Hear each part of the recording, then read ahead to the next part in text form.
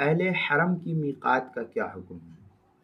چنانچہ اہل حرم اگر حج کا ارادہ کرے تو پورا دائرہ حرم ان کے لیے میقات شمار کیا گیا ہے،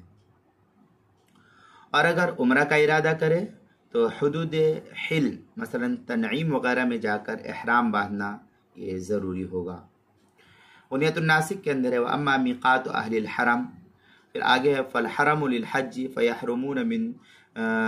دورہم ومن مسجد افضل۔ اس طریقے کی عبارت غنیت الناسک کے صفحہ 57-58 اور در مختار شامی جو زکریا بک ڈپو دیوبند کا ہندی نسخہ اس کی تیسری صفحہ 484 اور البحر الرائق جو زکریا بک ڈپو دیوبند کا ہندی نسخہ اس کی دوسری صفحہ 560، تبیین الحقائق دوسری جلد صفحہ 248 پر بھی اس کو نقل کیا ہے۔ مزید یہ کہ جو حجاج کرام حج تمتع کا عمرہ کرنے کے بعد مکہ معظمہ میں مقیم رہتے ہیں وہ اہل حرم کے حکم میں ہیں، اس وقت شمار ہوتے ہیں،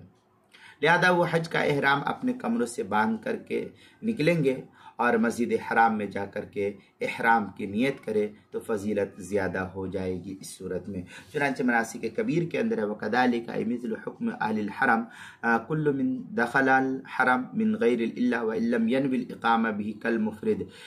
بِالْعُمْرَةِ وَالْمُتَمَتِّعِ أَيْ مِنْ أَهْلِ الْآفاق۔ یہ مناسک کبیر کی عبارت ہے صفحہ 83 فتاوی شامی جو زکریا بک ڈپو دیوبند کا ہندی نسخہ ہے اس کی تیسری جلد صفحہ 484، البحر الرائق جو زکریا بک ڈپو دیوبند کا ہندی نسخہ اس کی دوسری جلد صفحہ 321،